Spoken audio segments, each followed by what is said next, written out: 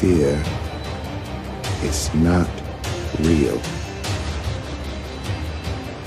The only place that fear can exist is in our thoughts of the future. It is a product of our imagination.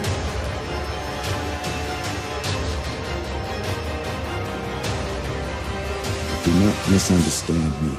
Danger is very real, but fear is a choice.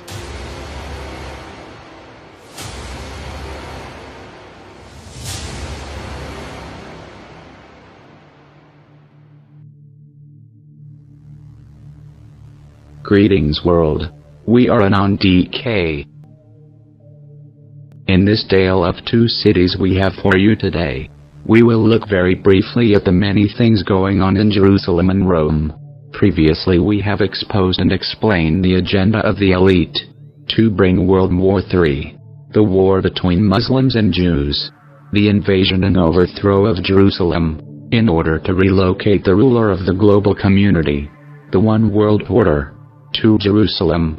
As we have discussed and explained this war agenda in great detail in many previous videos, we will merely brush over the whole picture so you can see the elite's hands working now and discuss what is to follow. The false peace upon the rise of the one world leader. Please see our Do Not Be Deceived series and stay tuned for more information on this. Know how the elite work. Problem, reaction, solution. The problems are rising up.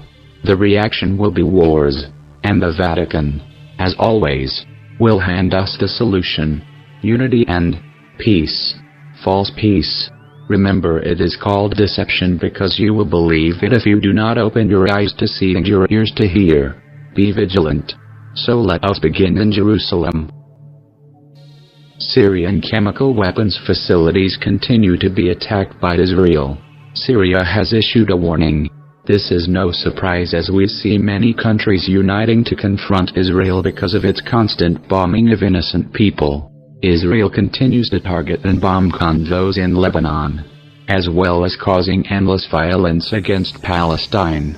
Israel police are now evicting Palestinians from Jerusalem. An estimated 40% of Palestinian children detained by Israeli police are raped. This should be no surprise as the Talmud teaches raping a child is not a crime. In fact, it goes further to state if the child is 3 years old or younger, it does no damage. At least the Muslims marry their children. We see the elite mind in these occult religions. It is clear. The Israeli Defense Force has conducted its largest war preparations in the first week of September. The preparations are for war with Hezbollah. Protests and riots due to Israel forcing metal detectors to be placed in mosques. One more thing to accelerate the agitation.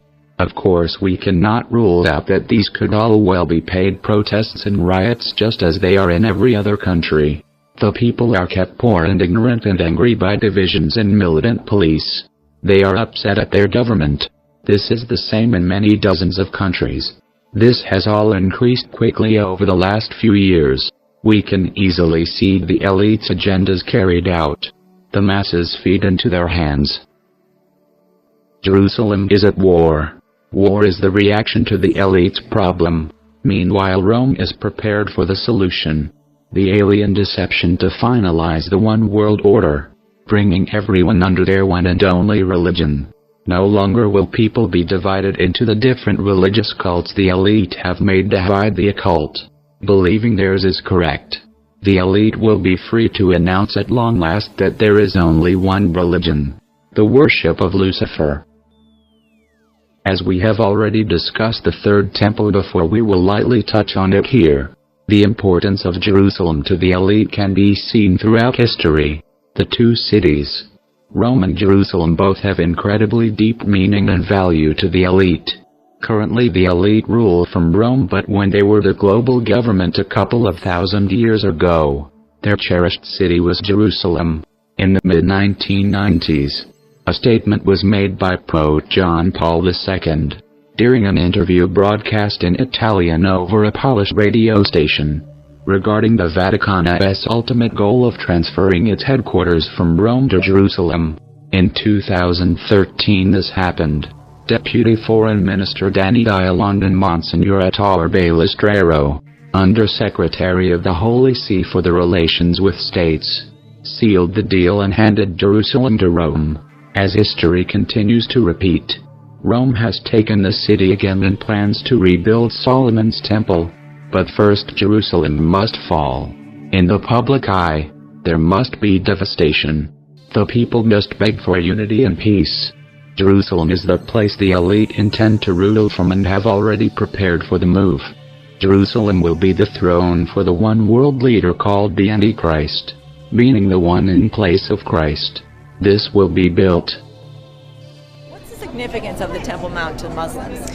For Muslims, it's the third holiest site in their religion, but interestingly enough, it's not the Dome of the Rock, which is the most prominent site, it's the Al-Aqsa Mosque. What's the significance of the Temple Mount to the Jewish people? In Jewish tradition, this is where Adam was created.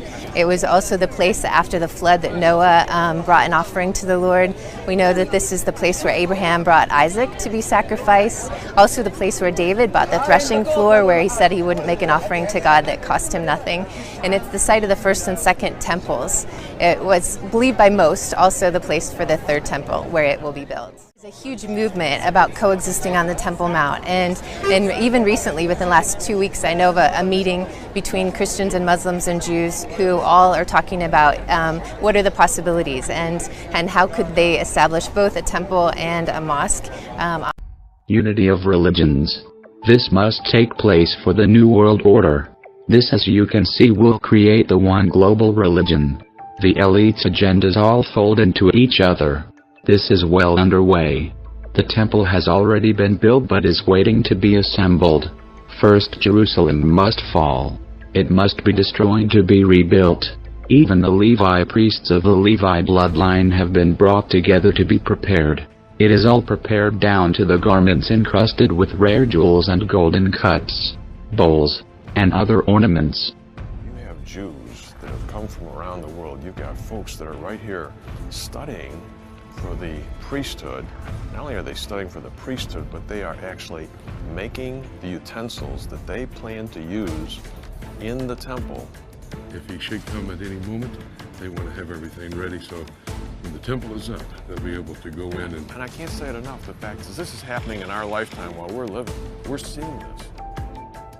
But what about this final deception Rome has planned? One way Israel is preparing for the final deception, which is the alien agenda, is through using Project Bluebeam. The testing and conditioning for this has been going on for a long time and will, like everything, only increase. We can hear these sounds of trumpets and see these sights in many countries across the world.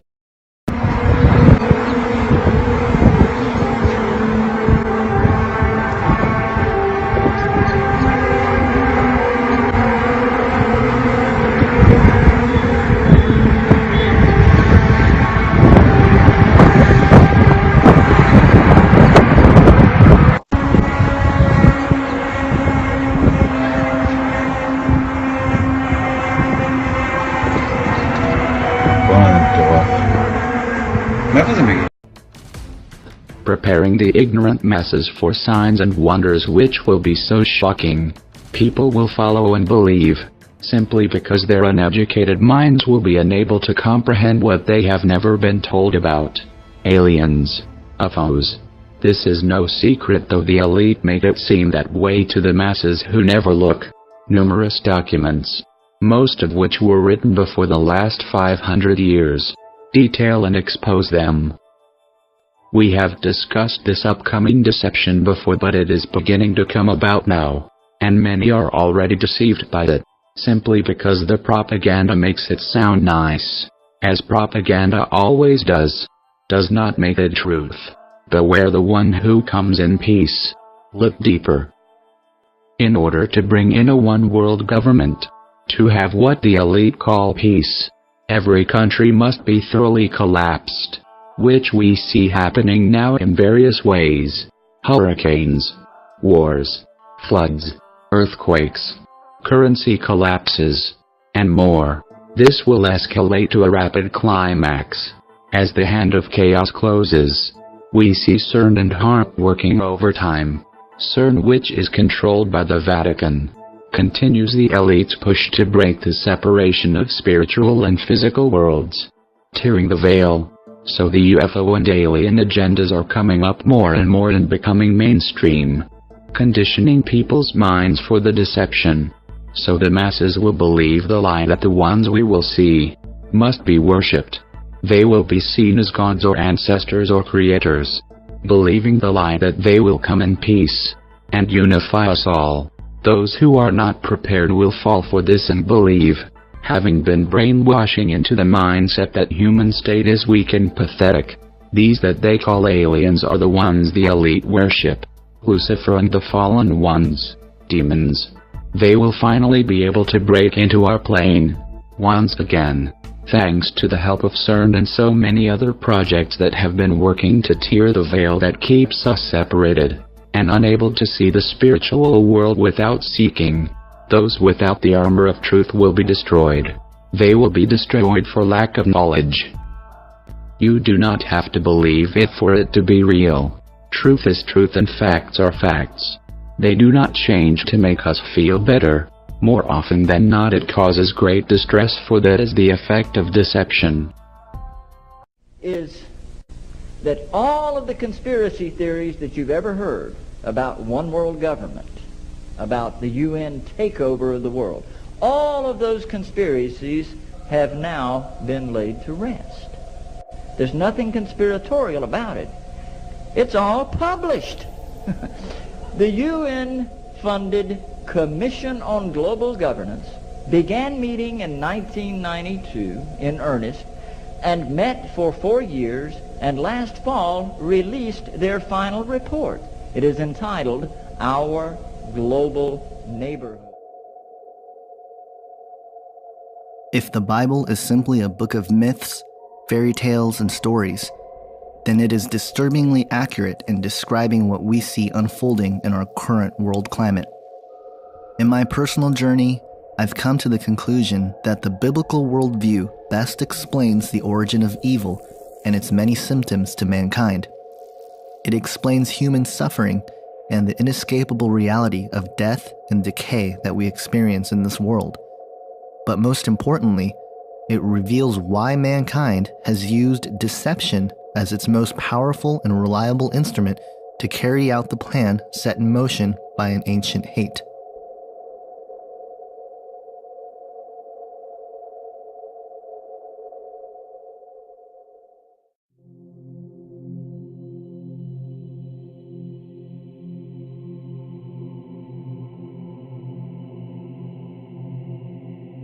Alex Jones, in his film Endgame: Blueprint for Global Enslavement, summarizes the sacred mission of the global elite as, quote, to have a two-class system where the underclass are forced to live as slaves in tiny enclosed cities, while the elite enjoy the land of the earth, evolve into superhumans with the aid of implantable technologies, live eternal lives, and travel the cosmos. This is the promise given to the inner members of the New World Order and the agenda of the Bilderberger Group, end quote. This sacred mission of the world elite has been the primary motivation for the establishments of several layers upon layers of systems in this world. The following sectors are the major components of infiltration in this plan. They include the political, economic, military, scientific, educational, technological, and social facets, with the spiritual ideologies being the main ingredient guiding this massive deception. Many of these facets overlap and build on each other. Using these various components of human society, the world elite are tirelessly working to allow the formation of a one-world currency, massive depopulation, a one-world religion, and of course, a one-world government. Satan, being the father of lies, was able to redefine what good meant. Upholding to the traits of a great deception, Satan's lie contained some truth. But to understand how this lie has permeated throughout history and is being used to create the New World Order, we must break down this passage. Satan knew that when they ate of the fruit of this tree, that mankind would be subject to death. This lie is the foundation for New Age ideas like reincarnation. It is the idea that even though we may physically die, there is no heaven or hell, but instead we return with another opportunity to attain enlightenment. It is also the one lie that many of the world elite believe today, which is that through the use of intellect, technology, and science, man will achieve immortality. This will become more obvious as we look into the sacred promise or ancient hope held close to those who are at work for the New World Order. Satan was implying here that secret knowledge and wisdom will be available to them. This is the main proponent behind the nature of secrecy which all secret societies possess.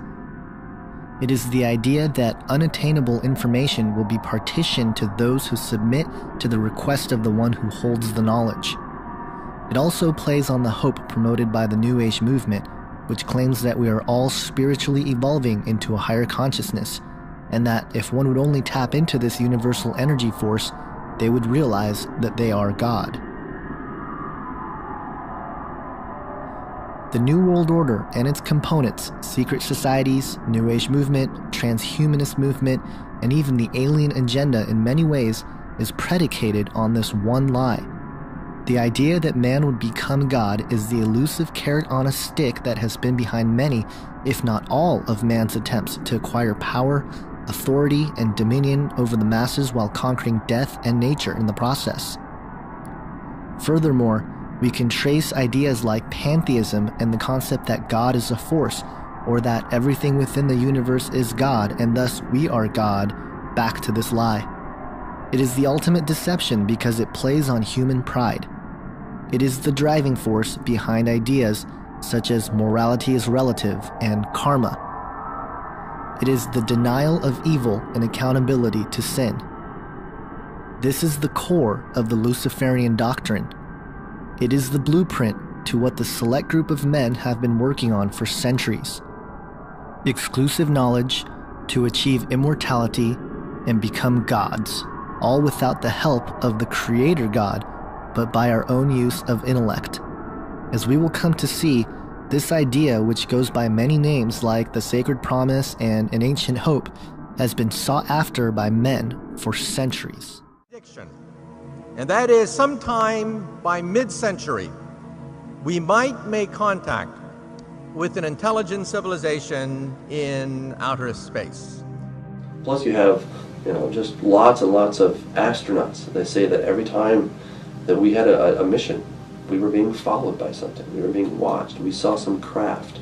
We saw something, right? And you can watch some of these videos that have been released by NASA, and you can see these things out there, right? So there's definitely something out there. The question is, what is it? Scholars with no religious affiliation who have looked into this topic of UFOs and ETs for several decades have come to very interesting conclusions. Jack Vallée, a venture capitalist, computer scientist, author, ufologist, and former astronomer who helped build the precursor to what we know as the Internet, has studied the UFO phenomenon for over 3 decades. After looking into the relationship between UFOs, cults, religious movements, demons, angels, ghosts, and psychic phenomenon, Vallée changed his proposed hypothesis from the UFO phenomenon being an extraterrestrial origin, in other words, craft and beings from another planet or a faraway galaxy, to a multi-dimensional visitation hypothesis, or interdimensional. In his book, Messengers of Deception, Vallée states, quote, "Human beings are under the control of a strange force that bends them in absurd ways, forcing them to play a role in a bizarre game of deception." End quote. Later in the same book, he states, quote, "The UFO phenomenon represents a manifestation of a reality that transcends our current understanding of physics. The UFOs are physical manifestations that cannot be understood apart from their psychic and symbolic reality. What we see in effect here is not an alien invasion, it is a control system which acts on humans and uses humans." End quote. J. Allen Hynek, a U.S. astronomer, professor and ufologist best remembered for his contributions in the field of UFOs and acting as scientific advisor to UFO studies taken by the U.S. Air Force, again came to same conclusions of the UFOs and alleged extraterrestrial phenomenon. John Mack, who recently passed away, but he was at Harvard, and according to his own testimony, he says, I was not a believer in this thing. He wasn't trying to prove anything. He just kept hearing about these things. So he came to this conclusion that these were real physical abductions. Very, very slowly he came to that conclusion, and rather skeptically. He didn't want to come to that conclusion, but eventually the data was so much that he could not overcome it. Because he's discovering that these beings that are taking people are smarter than us, they're stronger than us, and they have a hybridization program going on. Right. That they're creating a hybrid race to take over, and he says at best we're going to be second-class serfs. So he's very discouraged, and I can see why. In an interview with L.A. Marzulli in the book Alien Interviews, Jacobs comments on the alien abduction phenomenon, stating, quote, "This is a phenomenon that is either psychological or it is happening. There is very little in the middle. I have learned that the abduction phenomenon is vast, global, and it occurs with great frequency," end quote. Whitley Strieber, in his classic account of an alien encounter in the book Communion, records his experience with these entities, stating, quote, "I became entirely given over to extreme dread. The fear was so powerful that it seemed to make my personality become evaporate. Whitley ceased to exist. What was left was a body in a state of raw fear so great that it swept about me like a thick, suffocating curtain, turning paralysis into a condition that seemed close to death. I died and a wild animal appeared in my place," end quote. Then, in a later release in a book entitled Transformation, The Breakthrough, he dives deeper into the experience, stating, quote, "Increasingly, I felt as if I were entering a struggle that might even be more than life and death. It might be a struggle for my soul, my essence, or whatever part of me might have reference to the eternal. There are worse things than death, I suspected. So far, the word demon has never been spoken among the scientists and doctors who are working with me.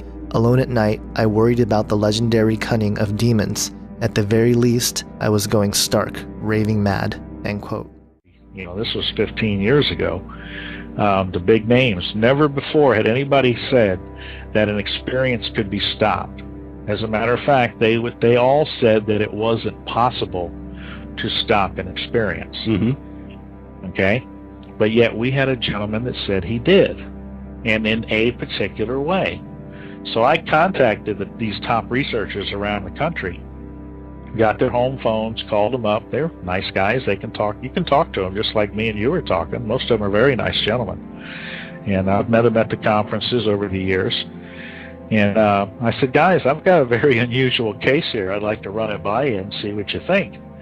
And after I shared the story, they all asked, can we go off the record? And I said, well, that's fine. I said, I'm just trying to get answers here. Well, when I say go off the record, that means I can't tell you who said what, but I can tell you what they said.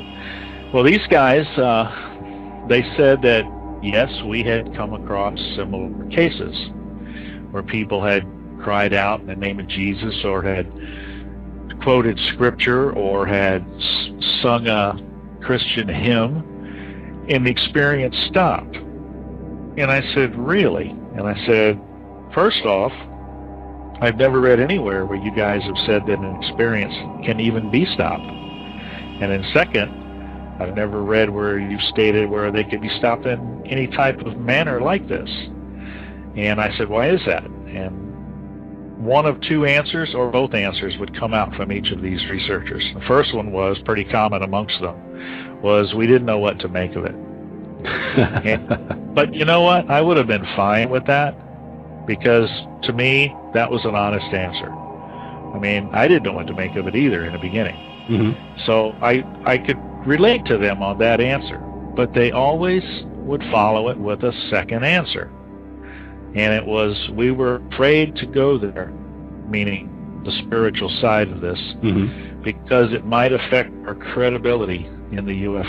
You can find this full documentary called The Age of Deceit in the links in the description. We can find many documents exposing what governments in the Vatican call aliens, extraterrestrials, and UFOs. You can see below links to some documents exposing plans for false flags, political and public propaganda, to shape the image and idea of elites in the public mind. This was easily done through comics, movies, and more. Where do the ideas in movies come from? Experience. Like everything else.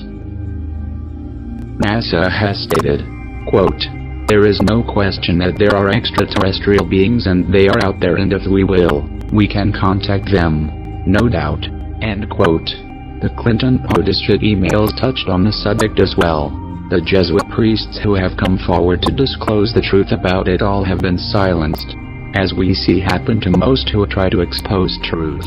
Dr. Guy Consolmino, a Jesuit Vatican astronomer, stated he would baptize extraterrestrials and even claimed Jesus was a star child of an alien race. We have exposed how the elite have created religions to mirror their occult beliefs and mindset. For those who are unaware of the Vatican's Lucifer project, let us find out what it is. Well, up on top of Mount Graham in Arizona, there's an observatory complex that consists of 3 very high-powered telescopes. One is the Vatican Advanced Technology Telescope. There's a radio telescope, and then there's one called the Large Binocular Telescope. This is the most powerful telescope in the world. In fact, they told us they can get better images of space than the Hubble Space Telescope can. Now, attached to this telescope is an infrared camera named Lucifer, which is really a kind of an odd name for a camera. And you know, from the information that we gathered, this thing was named by the Max Planck Institute and some German astronomers. But the Vatican is part of this conglomerate up there, and they're all working together. Now, what this instrument's used for is astrobiology, for looking for exoplanets, looking for other worlds. And the infrared spectrum is also very useful for seeing things that can't be seen with the naked eye. And many UFO researchers have noted that you can see a lot of ships and entities that you normally can't see. The day that we spent on Mount Graham, the entire day there, we had the Jesuits speaking to us face to face. We also had systems engineers. It was astonishing the access that they gave us. And one of the things we found amazing in the use of the Lucifer device and even the other telescopes is how commonly the astronomers spoke of UFOs. We were just taken back by the fact that it was almost a nuisance to them. All they do to keep you from truth. Consolmino believes aliens will be man's savior. Since he is a Luciferian, this only makes sense. The elite believe Lucifer is the savior, the sun, the light. You must know the occult mind. Light means dark and good is evil. It is based on deception. Know your enemy. Just like in every secret society. Freemason, Jesuit and the rest. Only the ones in the upper high levels know exactly what is going on. But that means all high-level government and religious and scientific leaders know exactly what is happening, and what they are doing. In 1969, NASA passed a federal regulation dealing with extraterrestrial exposure. The Extraterrestrial Exposure Law offers a legal precedent for the detention and indefinite imprisonment of any individual who comes into contact with extraterrestrials. It is a common belief that the Vatican and many leaders of the world are controlled by extraterrestrials, which is of course true, as they are Luciferians. If this topic shocks you, you need to wake up and do more research. This is nothing new, but it is kept hidden from you and due to your mental programming. 57 net demon races are known to governments. How many do you know? The Vatican has recently openly declared it believes in alien intelligences, which gives us the thought that they must somehow have been in contact with them. Many top Catholic theologians and astronomers, like the Reverend Jose Funes of the Vatican Observatory on Mount Graham in Arizona, believe not only is it okay for Catholics to believe in alien visitors from other worlds, but should we ever come into contact with them, we should treat them as brothers. Corrado Balducci, a theologian and member of the Vatican governing body, the Curia, and an insider closer to the Pope than most people, has gone on Italian national television to actually proclaim that extraterrestrial contact is a real phenomenon. How does he know this? How does he know contact with aliens is real? Unless the Vatican has actually been in contact. There is no such thing as unidentified objects, flying or otherwise. There is nothing new and everything has been exposed for thousands of years. They simply keep it from you. That is not the same as it being unknown. Your ability to get knowledge is censored and will only become more so as the masses feed the system and beg for more security, relying on the government, the mass media, the propaganda and lies created by the elite, to tell you what you need to know and keep you happy and safe. After all, these things were only made for your benefit, to give to you, like Facebook, just made and given to you for free so you can have fun and be happy. That is the only purpose the elite have. Hopefully you can see the idiotic delusion that is.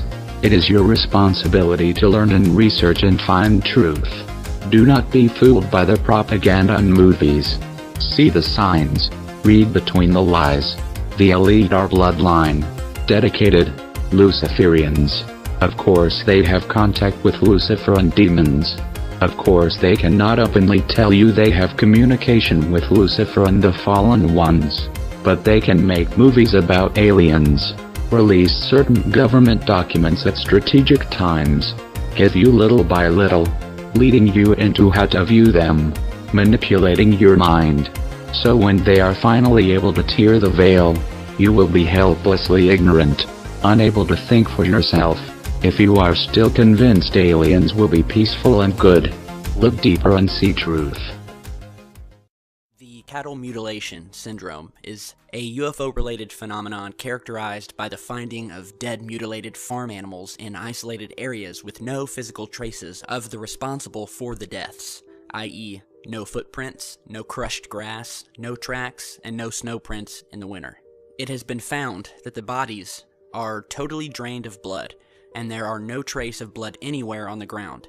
Incisions of different types are found on the bodies, all of which are so clear-cut that they would have had to been done with an advanced technology that quite frankly didn't exist when the mutilation started before 1970. Various body parts are found to be missing. Normally, sensory organs, eyes and internal ears, tongue, the glands of the throat, mammary glands, sexual parts, navels, lower intestines, excised in such ways that suggest the use of a laser-like instrument and round sucking cups, unknown to medicine. From 1960 onward, rumors began to be heard about findings of similarly mutilated human corpses, horror stories that were rapidly dismissed as misinformation or sensationalist material. This matter, generally considered to be of very bad taste, surfaced again in 1988 when the Skywatch International Open List published a short text purported to be based on a secret report relating the death of an Air Force sergeant by the name of Jonathan P. Lewitt, abducted at the White Sands Missile Test Range in March of 1976. According to the report, his nude body was found 3 days later in the middle of the desert, horribly mutilated. The tongue had been removed from the lower part of the jaw. The eyes were removed. The genitalia and the anus, all the way to the colon, excised as, quote, as through a plug. The autopsy report confirmed that the body had been completely drained of blood.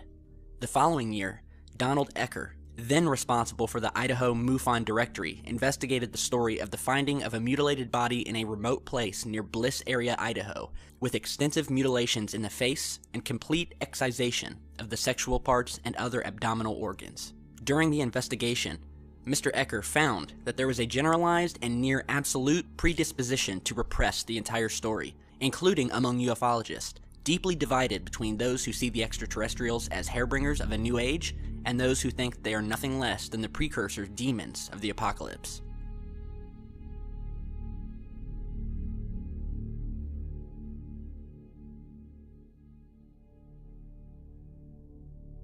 This 1994 abduction case involves the most disturbing death of a single human being ever seen, and is often called the most disturbing case of alien abduction ever seen. The abductee in this case was subject to a brutal mutilation, yet the reality is that what happened to him is far more disturbing than brutality. This was systematic mutilation. Whoever they were, they had a level of stunning precision. They were specific about what body parts and internal organs they wanted. They removed the left eye, the left ear, the lips, the tongue, and the jawbone. In the upper torso, 2 drainage holes were perfectly cut into the chest, and the entire rectum tract had been cored out, leaving a large gaping hole, similar to how an apple core remover will slice out the center, leaving the outside fully intact. Further perplexing is the fact that there was no blood. It is clear that this systematic mutilation was executed with speed, precision, and powered by an advanced intelligence. And that is what makes this case so disturbing. If we are to assume that this abduction was carried out by an alien intelligence, then it also may be time to revise our data regarding the conceivable specific intentions, moral perspectives, and general agenda that some of our extraterrestrial visitors may have. How have the elite kept their plan of deception intact and progressing for so long? Because their control center, the Vatican, has always confiscated and hidden history. This should be obvious to you now. Nothing has changed in 5,000 years. The elite continue to make war to destroy truth and occupy territories, keeping the plunder and leaving you with nothing but twisted deceptions and propaganda, keeping archaeology and ancient documents from you, translating them incorrectly knowing you believe all they give you, to control your view of reality, to control your mind. They rewrite history. They can create nothing. They can only deceive and twist truth. They are deceivers. This may make finding truth seem a daunting task, which is why, since we have followed and exposed the elite more than most through history, we hope you will use the resources we have put out for you freely to help light your path, while there is still time. Truth is rarely fun, rarely makes one feel nice or pleasant. Truth creates issues because it forces responsibility, which means there are consequences. We are accountable. We must act. The weak people of today cannot handle responsibility. They must push it off to others, to governments, to save them from responsibility. If we are to win and delete the elite, we must be human again, powerful and strong and focused. We must take a stand. Open your mind. Why do you believe what you believe and disregard all else? Do the research. To conclusion. Go further. Find truth. You will never know it if you do not seek. No one can tell you what truth is because you will not listen or believe it anyway. Even the videos and proofs we put out to you are pointless and worthless unless you do more. You must break down your own barriers and find it for yourself. We can only give you an open door. You must walk through it yourself. The Vatican, Rome, the stronghold of the elite, has been behind every war, every crusade, every genocide. In history, the bloody puppet Pope and his controllers have murdered and deceived humanity for all of history. So it continues today. Know your enemy. The eye of the elite is Rome, and its gaze is on Jerusalem. Stay vigilant as things will now become interesting. It is time. Expect it.